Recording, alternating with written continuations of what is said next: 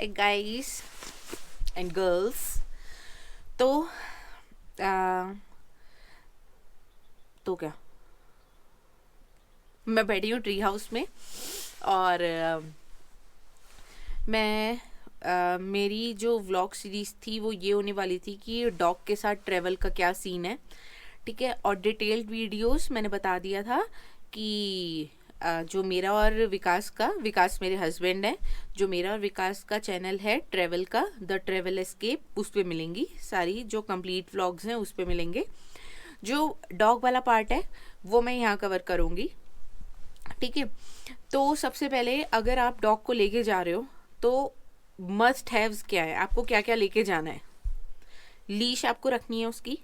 ठीक है, plenty of food और पानी, पानी की बॉटल अलग या जो उसके कंटेनर होते हैं, ट्रीट्स एंड मैंने पूप बैग। मैंने सुसु के लिए ऐसे फैब्रिक घर में बेकार पड़े थे कपड़े, तो मैंने क्या किया, मैंने उनके पीस कर लिए थे, तो उनमें मतलब मोटे मोटे कपड़े थे वो, तो वो उसमें अगर सुसु करे कभी ऐसे करेगी तो वो सोक कर लेगी। हालांकि फीबी को हैबिट है कि वो वॉशरूम में ही करती है सुसु potty, but just in case कि कहीं हम लेके बैठे हैं और उसने कर दिया सड़क पे सुसु का तो कोई इशू नहीं है। और पूप के लिए पूप बैग्स रख लिए थे। ठीक है, उसके अलावा मेडिसिन रखी थी मैंने उसकी फीवर की और पेट खराब होने वाली। मेरी मेरी मेरी हाँ वॉइस इको हो रही है। तो अभी मैं जहाँ बैठी हूँ ना ट्री हाउस, उसका सामने का व्यू इतना अच्छा है, पूरी वैली है एंड इट्स वेरी ब्यूटीफुल। तो मैंने सोचा कि यहीं बैठे बैठे मैं व्लॉग बना लूँ, घर जाके क्यों ही बनाऊँगी। ठीक है, तो मैं जो भी बोल रही हूँ वो इको के आ रहा है ना, गूंज रहा है, तो मेरे को थोड़ा सा अजीब लग रहा है। हाँ, तो उसकी फ़ीवर की मेडिसिन एंड जो पेट ख़राब के लिए ये मेडिसिन मैंने उसकी रखी थी। और उसकी जो सप्लीमेंट चलते हैं, कैल्शियम चलती है, मल्टीविटामिन चलती है और सामन ऑयल चलता है। तो क्योंकि हमारी जो जर्नी थी वो लॉन्ग होने वाली थी, 10 डेज़ की होने वाली थी, इसलिए मैंने वो सब भी रखा था। ठीक है, उसका फ़ीबी का अलग बैग बना लिया था। इसके अलावा फ़ीबी को कैरी करने के लिए अपना एक नॉर्मल बैग रखा था, डेकेथलॉन से लिया हुआ है जो बैग। ठीक है, जो वीडियोस में आप देखोगे, शॉर्ट्स में भी आया है वो बैग रखा था। फ़ीबी का ब्लैंकेट रखा था एंड मैंने उसके लिए कई सारे कपड़े रखे थे, 7-8 मैंने कपड़े रखे थे ऑलमोस्ट। ठीक है, और कैप भी मैंने उसकी एक बनाई थी। और वैसे तो स्नो में जाना था, उसके साइज़ के मिले नहीं मेरे को शूज़। अगर मतलब आपका डॉग बड़ा है या फिर अगर आपको मिल जाए तो आप वो शूज़ भी ले सकते हो। स्नो के लिए बूट्स आते हैं ऐसे सिलिकॉन टाइप, तो उससे होगा कि उनके पैर गीले नहीं होते, पैर गीले नहीं होंगे तो ठंड कम लगेगी। और एक मैंने रिट्रैक्टेबल लीश ली थी, तो वो 4.5 या 5 मीटर की है। तो जैसे जब हम स्नो में गए थे तो वहाँ पे फीबी का मन कर रहा था घूमने का, तो वो रिट्रैक्टेबल वाली ले ली। या फिर एक जगह और गए थे, पार्क सा था, वहाँ फीबी घूम रही थी, इससे ये है कि वो भी फ्रीली घूम पा रही है और हमारे कंट्रोल में भी है। तो ये सारी जो चीज़ें ली थी फीबी के लिए।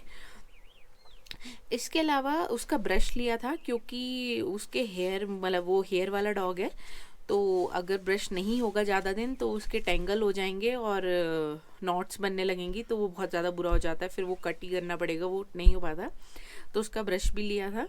इसके अलावा ट्रीट्स मैंने बता दी उसकी। ठीक है, बस यही चीज़ें। और अगर हाँ, ब्लैंकेट, फीबी के लिए ब्लैंकेट लिया था, क्योंकि कई जगह बहुत ठंड थी तो हम इसे ब्लैंकेट में कवर कर लेते थे। और फीबी की टॉवल सेपरेट, और एक फीबी का बाथरोब भी लिया था, इन केस कि वो कहीं गीली हो जाए तो एटलीस्ट बाथरोब में मैं उसे कवर कर सकूं, ताकि वो सोक हो जाए। तो ये सारी चीज़ें हो गई। अगर आपके डॉग के हेयर शेड होते हैं, फीबी के हेयर शेड नहीं होते, she is a toy poodle, poodle के हेयर शेड नहीं होते, ऑलमोस्ट ना के बराबर, लाइक 0.0001% हेयर शेड होता है, इसलिए मैं और विकास बहुत आराम से ब्लैक पहन लेते हैं। तो अगर आपके डॉग के हेयर शेड होते हैं, सो इट्स योर रिस्पॉन्सिबिलिटी, ये आपकी रिस्पॉन्सिबिलिटी है कि आप एक उसके लिए अलग बेडिंग या फिर उसका बेड, अगर आपके पास इतना स्पेस है, अगर इतना स्पेस नहीं है तो आप एक्स्ट्रा बेडशीट लेके चलो। क्योंकि देखो, होटल में आपको मिल रही है ये डॉग, सब लोग नहीं अलाउ करते आपको ये सुविधा क्या फैसिलिटी या आ नहीं रहा था माइंड में। तो अगर आपको ये फैसिलिटी मिल रही है तो ये आपकी तरफ से भी रिस्पॉन्सिबिलिटी होनी चाहिए कि आप उस प्लेस को ऐसे छोड़ के जाओ कि दूसरा आके उसको यूज़ कर सके। तो और विंटर में क्योंकि हम आए हैं शिमला मनाली ये सब इन सब जगह हिमाचल प्रदेश में, तो विंटर में क्या होता है कि जो क्विल्ट होती है उसमें बहुत ईजिली बाल चिपकता है और नहीं निकलता। अब कितना ही उसे ट्राई कर लो, कितना ही झाड़ो, बहुत मुश्किल होता है। जब मैं स्कूल में थी तो मैं और विकास स्कूल में थे, हम जब स्कूल में थे तो विकास आते थे स्कूल में और उनके पूरे कोट पे ऐसे उनकी जो पेट थी स्वीटी नाम था उसका, उसके बाल चिपके रहते थे। तो ये आपकी रिस्पॉन्सिबिलिटी है कि आप एक्स्ट्रा बेडिंग लेके चलो, ठीक है, अगर उसका बेड पॉसिबल हो तो, नहीं तो बेडशीट। अच्छा, इसके अलावा जो छोटे डॉग हैं उनके साथ ये कंफर्टेबल हो जाता है कि आप उसे बैग में डाल सकते हो, ठीक है। वैसे हमने फीबी के लिए एक अलग सा स्पेशली बैग लेके आए थे कैचर शील्ड से, बट इतना बड़ा बैग कहीं कैरी नहीं कर सकते, प्लस फीबी इतनी कंफर्टेबल भी नहीं है अभी उसमें, ठीक है, क्योंकि 3-4 दिन पहले ही लेके आए थे। बट हमने रख लिया था कि इनकेस कहीं अगर मना ही कर दिया बिल्कुल ही कि नहीं आप नहीं लेके जा सकते तो एटलीस्ट उसे बैग में रख लेंगे। परेशान वो होगी बट एटलीस्ट एक हमारे पास ऑप्शन होगा, ठीक है। बाकी कैरी बैग अगर छोटा डॉग है तो आप या तो जो इनके डॉग्स बैग आते हैं वो ले सकते हो। अगर जैसे मैंने तो मेरे को वैसा बैग नहीं मिला था, तो जो मैंने बताया डिकैथलॉन का बैग उसमें हमने कैरी कर लिया था। फीबी आराम से बैठ जाती थी उसमें और उसका मुंह बाहर निकाल देते थे, ठीक है। छोटे डॉग और बड़े डॉग के साथ क्या फ़ायदे और नुकसान ये हो सकते हैं। छोटे डॉग के साथ ये है कि आप उसको कैरी कर सकते हो कहीं भी, ठीक है, वो थक जाए तो आप उसको गोदी ले सकते हो, कहीं रेस्टोरेंट में गोदी लेके बैठ सकते हो, आराम से अपने ऊपर कैरी करके बैठ सकते हो, ठीक है। पूरी कार में जब फीबी मेरे साथ ही बैठी थी पूरे टाइम, मतलब 9 दिन हो चुके हैं और फीबी पूरे टाइम मेरे लैप में ही बैठी थी, उसने सारी जर्नी मेरे लैप में ही बैठ के करी है, तो ये ईजी होता है। एंड बड़े डॉग के साथ ईजी, छोटे डॉग के साथ जो डिफ़िकल्टी आती है वो ये आती है कि वो थक जल्दी जाएगा ऑब्वियसली, और तो उसको आपको पकड़ना पड़ेगा। एंड बड़े डॉग के साथ इजी ये है कि वो अपने जैसे अगर आप जर्मन शेफर्ड है या गोल्डन रिट्रीवर है, लेब्राडोर है, ये खूब चल सकते हैं आराम से आपके साथ, लेकिन दिक्कत ये है कि आप उन्हें कैरी नहीं कर सकते, ठीक है, गोदी में ऐसे लेके नहीं बैठ सकते। इसके अलावा होटल्स की अगर बात करें तो वैसे तो मैं डिस्क्रिप्शन में बता दूंगी कौन कौन से होटल्स में मैं रुकी थी जहाँ पे डॉग उन्होंने अलाउ किया था, बट अदरवाइज़ क्योंकि मैं बिल्कुल पीक सीज़न में आई, न्यू ईयर एंड क्रिसमस के टाइम पे, तो इस टाइम पे बहुत एक्सपेंसिव थे, ठीक है, होटल्स। अगर आप ऑफ सीज़न में आते हो या किसी और टाइम पे आते हो तो होटल्स इतने एक्सपेंसिव नहीं होंगे। आपको क्या करना है, आप अपना गूगल पे नॉर्मली ऐसे लिखो कि पेट फ्रेंडली होटल्स इन ब्ला ब्ला, और जो भी आपको आ रहा है आपके बजट में है वो देख के एक बार कॉल कर लेना। मैंने सब जगह एक बार कॉल करके कंफर्म किया था, चाहे लिखा भी हो, क्योंकि एक जगह ऐसा हुआ था लिखा था, मैंने पूछा, उन्होंने मना कर दिया कि नहीं पेट फ्रेंडली नहीं है। तो ये ज़रूर करना कि कॉल करके पता पूछ लेना। फिर शिमला में हम रुके थे होटल चैडविक, वो थोड़ा सा दूर था क्योंकि जो पास थे होटल्स वो बहुत एक्सपेंसिव थे, 9,000 10,000 पर डे का, इतना हमारा बजट नहीं है, ठीक है।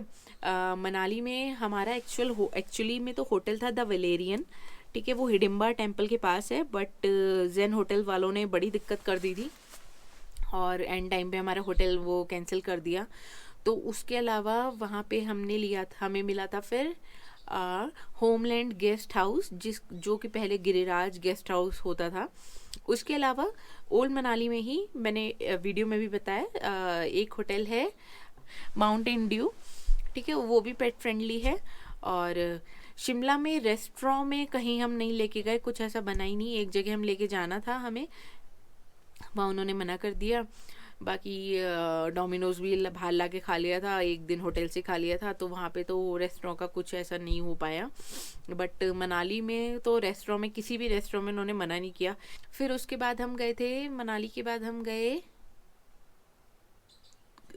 तोश के लिए गए, बीच में कहीं और गए थे, डायरेक्ट तोश गए थे ना।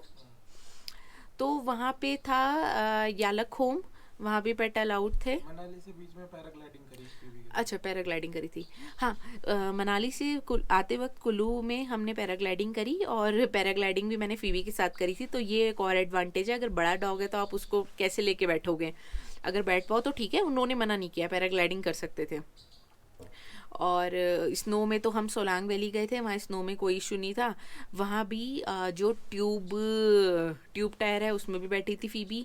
स्कीइंग में तो विकास ने ही पकड़ लिया था, और जो वो है जिप लाइनिंग उसमें नहीं, उसमें पहले विकास ने करी थी, फिर मैंने करी थी। उसमें अलाउड नहीं है dog। उसमें अलाउड नहीं है। ठीक है। फिर हाँ, फिर हम वहाँ पे खलगा में लिया था, वहाँ पे यालखोम वहाँ पे अलाउड था। फिर हम आए यहाँ पे आज जीभी से ऊपर टा, टांडी में। तो यहाँ ट्री हाउस है, यहाँ सेपरेट हाउस है, यहाँ भी डॉग अलाउड है। हाँ, उससे बीच में एक दिन हम रुके कसौल में टेंट हाउस लिया था, तो वहाँ भी डॉग अलाउड था। इसके अलावा बाकी तो बता दिया मैंने क्या क्या चीज़ें लेनी है, कहाँ अलाउड है, कहाँ नहीं अलाउड है। हाँ, देखो, अगर आप सिंगल जाना चाहते हो अपने डॉग के साथ तो मैं उस पर नहीं कमेंट कर सकती, क्योंकि 2 जने का ये फ़ायदा है। जैसे हम टेम्पल गए तो अंदर तक ले गए, लेकिन जहाँ पे दर्शन करने होते हैं, जहाँ पे गर्भगृह होता है, तो वहाँ पे सिर्फ पहले, जैसे विकास पहले दर्शन कर लेते थे, फिर मैं चली जाती थी। ऐसे हम गुरुद्वारा गए तो पहले विकास चले गए, फिर मैं चली गई। तो ये फ़ायदा होता है कि एक ही चले जा सकते हैं। छोटे डॉग का ये फ़ायदा है कि आप वहाँ तक अंदर तक लेके जा सकते हो प्रेमिसेस में। बड़े डॉग को तो वो फिर इतना बड़ा देख के मना कर देंगे। ठीक है, तो ये सारी मैंने डिटेल्स दे दी कि जो होटल्स के नाम थे वो मैं एक बार नीचे लिख दूंगी कि हम कहाँ कहाँ गए थे, हम कहाँ कहाँ रुके थे। ठीक है, तो ये सब चीज़ें हैं। और बाकी complete vlogs on travel channel the travel escape. ठीक है, चलो, बाय बाय।